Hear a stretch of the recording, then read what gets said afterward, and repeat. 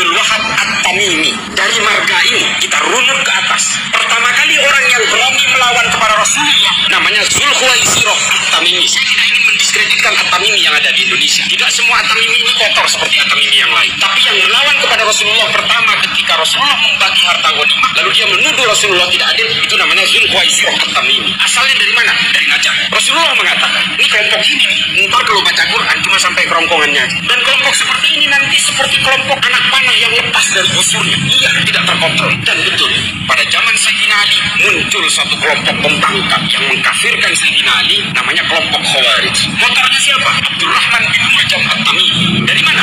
Najaf. Ada lagi siapa? Amir bin Bakir At-Tamimi. Dari mana? Dari Najaf. Yang terakhir yang saya sebut tadi adalah penemu ajaran Wahabi bernama Muhammad bin Abdul Wahab At-Tamimi. Dari mana? Dari Najaf. Siapa Muhammad bin Abdul Wahab? Seorang ulama dari Najaf. Nama aslinya Muhammad bin Abdul Wahab.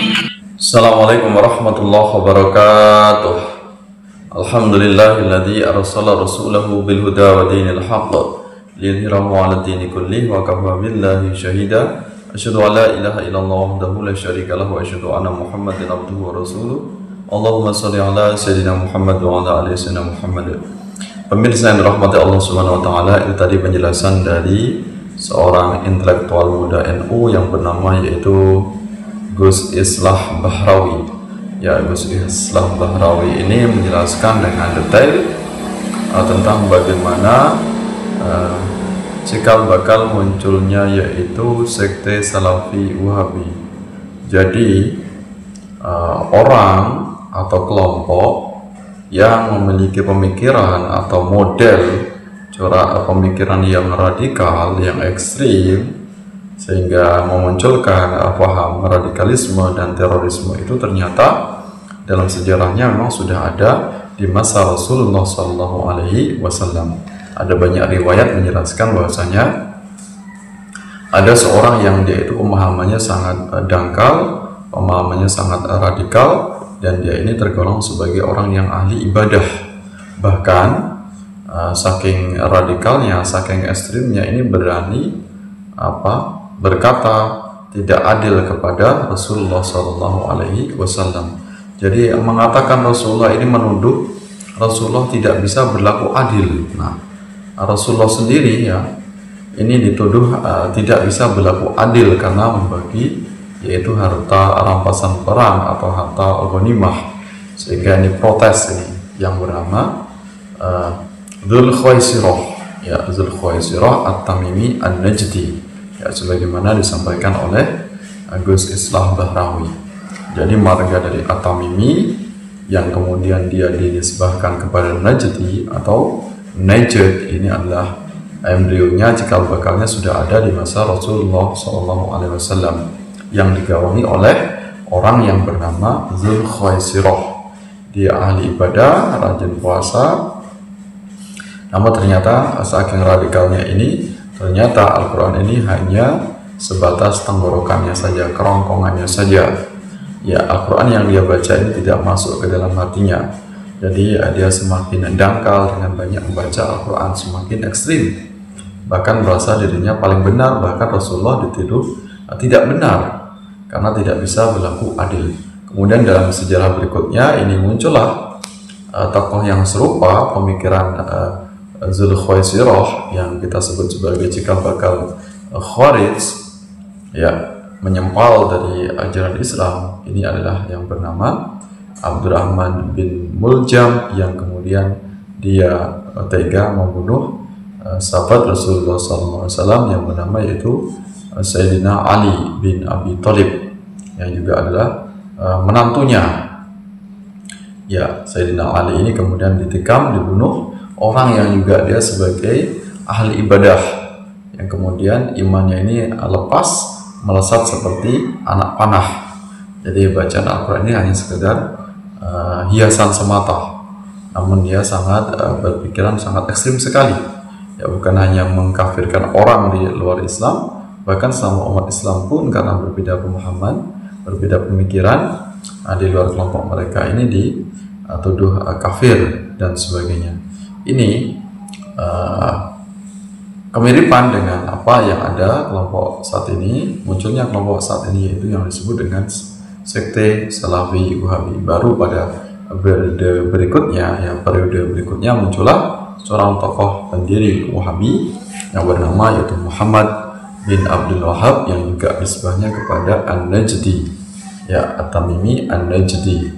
Ya, jadi ini juga selaras dengan apa yang disampaikan oleh banyak sabda Rasulullah SAW.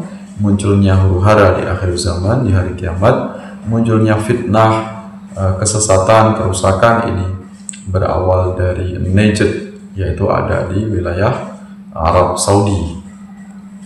Nah, jadi di sanalah cikal bakal munculnya fitnah, kata Rasulullah SAW, karena ada ajaran baru yang ini ternyata menyimpang dari ajaran Rasulullah SAW, dan dia juga mengaku sebagai Islam. Ya, inilah yang disebut sebagai Rasulullah ini sumber fitnah, karena memecah belah persatuan umat Islam, memecah belah akidah Ahlus Sunnah wal Jamaah.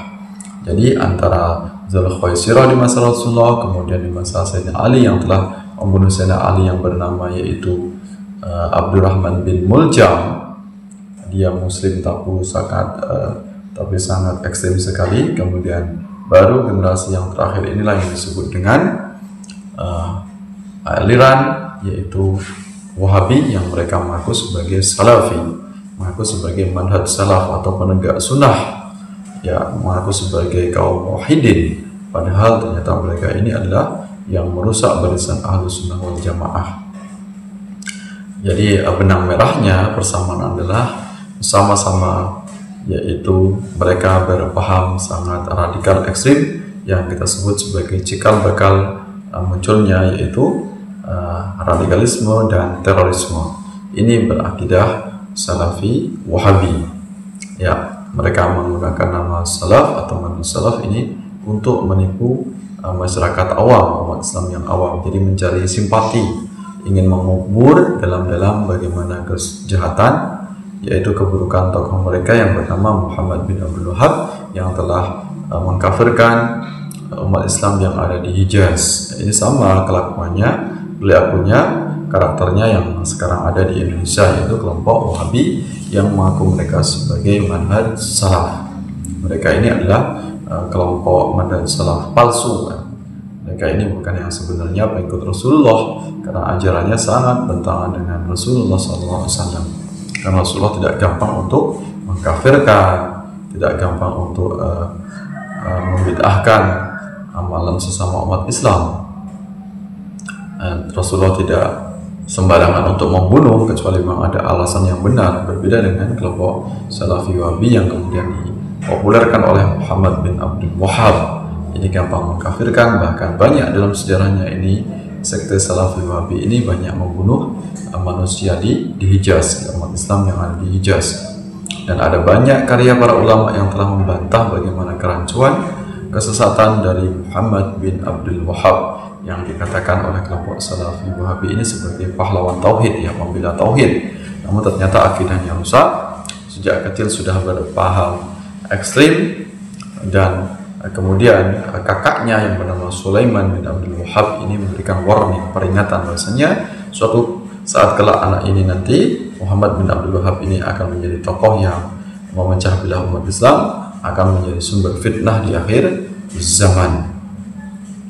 Ya, ini bagaimana tidak, kelompok Salafi Wahabi ini, mereka ini gampang untuk mengkafirkan, menuduh bid'ah.